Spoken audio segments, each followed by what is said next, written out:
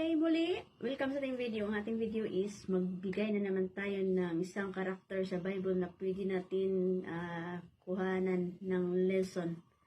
So, mayroon tayong matutunan. So, subaybayan po natin yung ating ipang-share. Ito yung mga basic lamang. Mas maganda rin po na kayo mismo ang magbasa sa Bible para kayo mismo ang makapagpaliwanag ng maayos sa inyong isipan. So, based sa aking pag-aaral o based sa aking mga experiences, based sa aking mga naririnig, based sa aking mga natutunan, yun lang din ang aking kakayanan na maibahagi sa inyo.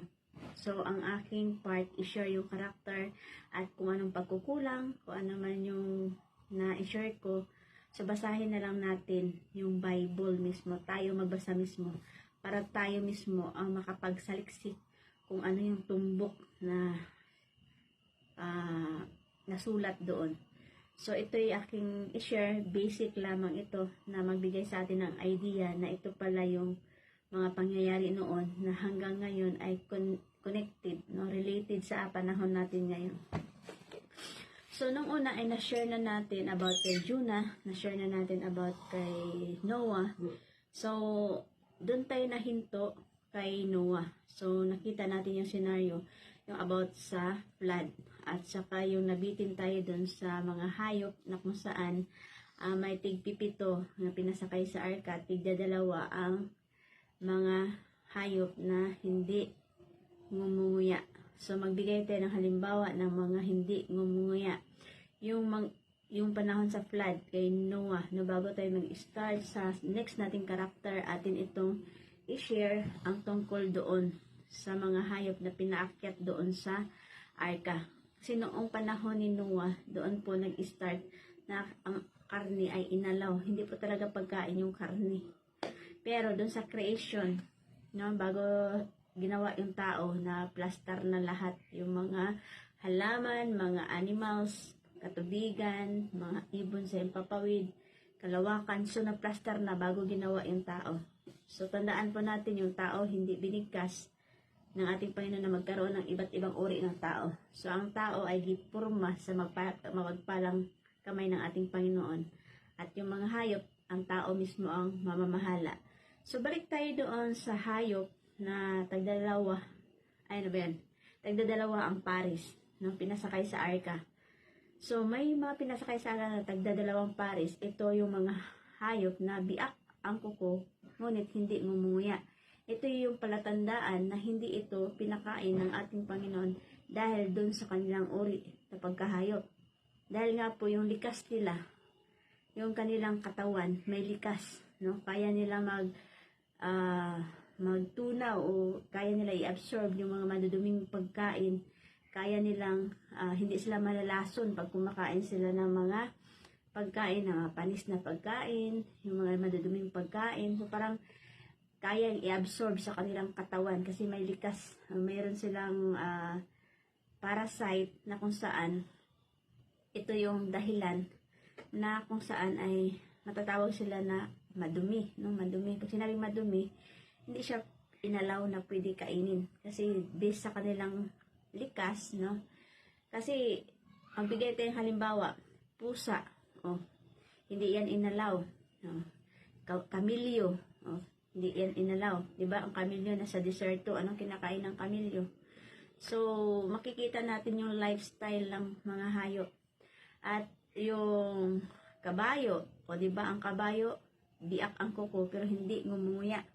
At yung aso, no? At yung baboy, no? Ang baboy is, sa pangalan pa lang, nakita na natin, no? Baboy. So, masarap po talaga yan, no?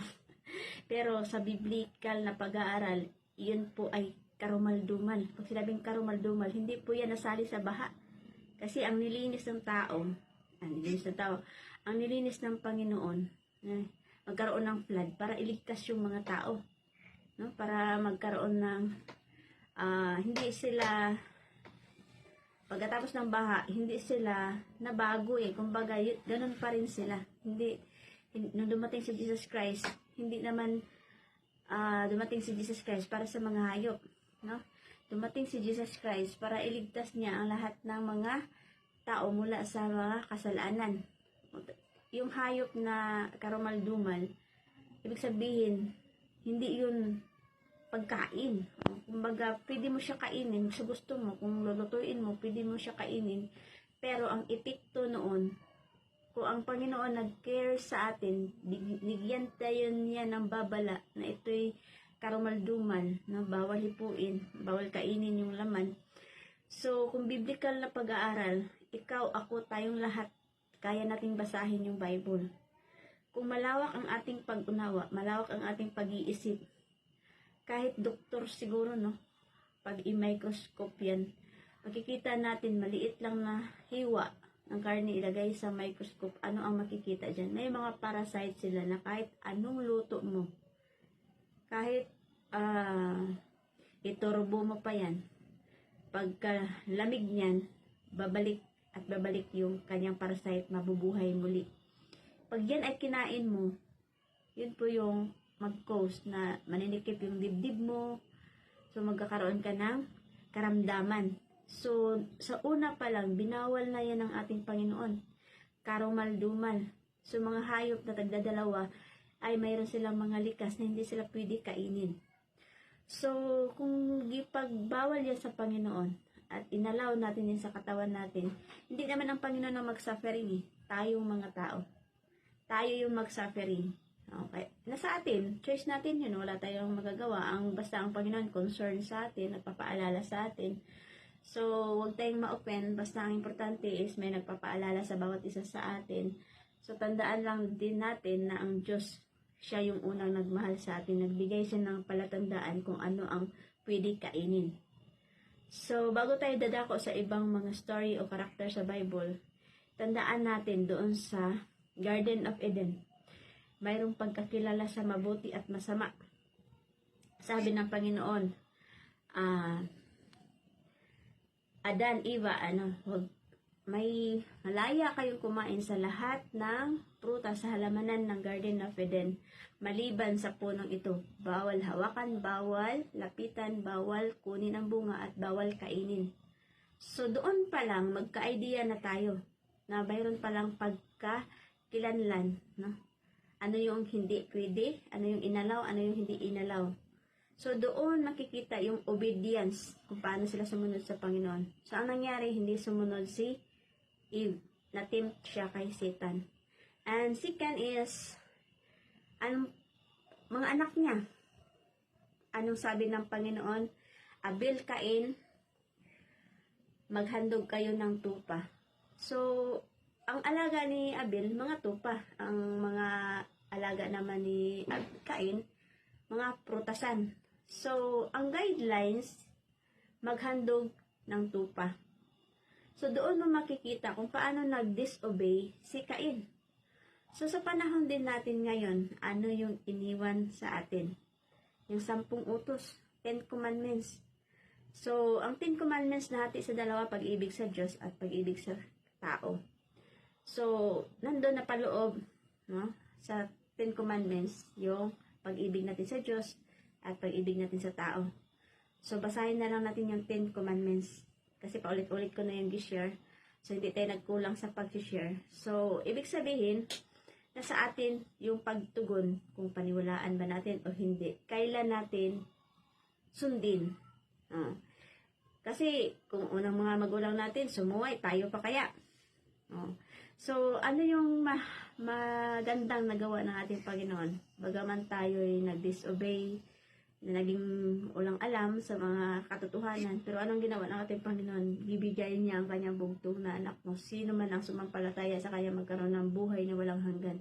So, binigyan tayo ng guidelines ng ating Panginoon para tayo'y makasunod sa kanya. Bagaman siya ay namatay, ngunit siya ay nagtagumpay sa pamagitan ng kanyang dugo doon sa Calvary sa krus, na lahat tayo ay iniligtas niya mula sa ating mga kasalanan. Ngunit, maliligtas tayo kung tayo sumunod sa Kanya. Habang may buhay tayo, may panahon tayo mag-confess. If we confess our sin, He is faithful and just, and He forgive our sin. He cleanses us from all unrighteousness. So imagine, may guidelines. Kung mayroon tayong temperance, ay, bawal pala ito. So magkaroon ka ng pagpipigil sa sarili mo. So, kung ikaw ay sumunod sa Panginoon, marami ka nang i-give up, no? Kasi priority mo yung pagsunod, kasi alam mo yung bunga ng pagsunod. Kasi kung nakita natin yung pagsuway ni Eve, dun sa pagkakilala sa mabuti at masama, yung tree of life, no? Huwag lapitan, huwag hawakan, huwag kunin ang bunga, huwag kainin. Pero anong ginawa ni Eve? Nadala siya sa ahas, no? Na manipulate siya sa ahas. Kaya ikaw, kung ikaw ay may nagmanipulate sa isipan, at alam mo naman na hindi mo yan, hindi sa buhay mo, no? Pag nanamanipulate na yung isipan mo, talaga nakafocus ka doon. Nakafocus si Eve doon sa pag-usap ni Satan hanggang siya ay nadala doon sa mga pangako, mga sinasabi ni Satan. At dumating si Adan, nadamay din si Adan. Si mahal niya si Eve. So, ang ating part, no, mahalaga na alamin natin yung mga henerasyon, kung ano yung mga nangyayari noon, at ano din yung mga katapusang panahon sa panahon natin ngayon. Kung walang guidelines, paano tayo mamuhay? Paano natin makilala ang mabuti at masama? So, sa panahon natin ngayon, yung 10 Commandments, iyan po ang iniwan ng ating Panginoon na pinagtibay niya. Dumating si Jesus Christ, kahit nasunod niya yan lahat, tao siya, pinasunod sa lahat ng tao, yun ay pinagtibay niya. Hindi niya sinira yung 10 Commandments, bagkos pinagtibay niya. Nasa Old Testament at nasa New Testament, at ito'y naging gabay sa atin sa pamamagitan ng Holy Spirit. Tayo ay babaguhin niya, no? Kung tayo ay sumunod sa Kanya, lahat ng ating nasanayan, lahat ng ating mga na-practice na alam natin na hindi sa Panginoon, pagtanggapin natin siya as our personal Savior, lahat yan ay mababago sa pamagitan ng banal na Espiritu ng ating Panginoon. Kung tanggapin natin siya, may authority ang Diyos na tawagin tayong anak pag tanggapin natin siya as our Father. May authority tayong humingi sa Kanya ng tulong, humingi ng saklulo, dahil tinanggap natin siya as our personal Savior. So, ayan, mahaba na yung ating video. Pag mahaba na kasi, hindi lahat ay mapakinggan natin. So, pahapyaw lang, no? Tandaan natin ang karakter na ating ma-share ngayon, si Adan at saka si Eve. Paano sila nag-disobey. At kay Jonah at kay Noah, na-share na natin. At saka yung mga hayop na karumal-dumal at malinis na hayop, maduming hayop, no, paano ito naging related sa atin. So, kung may nag-share, no, muni-muni muna bago mag-react, no, tapos mag-ask sa Panginoon kung ito ba'y pagmamahal ng Diyos sa atin. Kasi kung hindi tayo mahal ng Panginoon, bakit bawalan tayo? So, binawalan tayo kasi alam ng Panginoon na nakakasama sa ating kalusugan. So, wag nating sabihin na dumating si Jesus Christ, nilinis na ang lahat sa pamamagitan ng dugo. Hindi, ang nilinis ng Panginoon, yung ating buhay kasi makasalanan. Inako ng Panginoon ang ating mga kasalanan para maligtas yung buhay natin, no? Iligtas tayo ng Panginoon. At ang lahat ng sumunod sa Kanya magkaroon ng buhay na walang hanggan. So, tandaan natin, si Adan at saka si Eva, sa kanilang pagsalangsang, sila ay nagsakripisyo. How much more sa panahon natin ngayon? Double sacrifice dapat yung gagawin natin kasi nag-sacrifice si Kristo doon sa Calvary sa krus para sa atin. Instead na tayo yung ipako sa krus dahil sa ating mga kasalanan, inako niya. Pero mayroon pero. Kung sino man ang sumunod sa Kanya, no? For God so loved the world that He gave His only begotten Son, that whosoever believeth in Him should not perish but have everlasting life. Sa maniniwala lang sa Kanya. At ang ating Panginoon, muling babalik. Ito na yung last event na ating matutunghayan. At masaya tayong sasalubong sa Kanya kung tayo po ay naniniwala sa second coming niya. So, binigyan tayo ng pagkataon para purihin siya, sambahin siya. Paano ba natin sambahin ang Diyos? Ang pagsamba natin sa Kanya sa pamagitan ng pag-obey. Paano ba tayo mag-obey? Sabi ng Panginoon, remember the Sabbath to keep it holy. The obedience, di sumunod ka. Ano bang gagawin? O di, umawit ka sa Panginoon. Mag-pray ka sa Panginoon. Kasi si Abel at si Cain, yung handog, nakikita natin yung pagsalang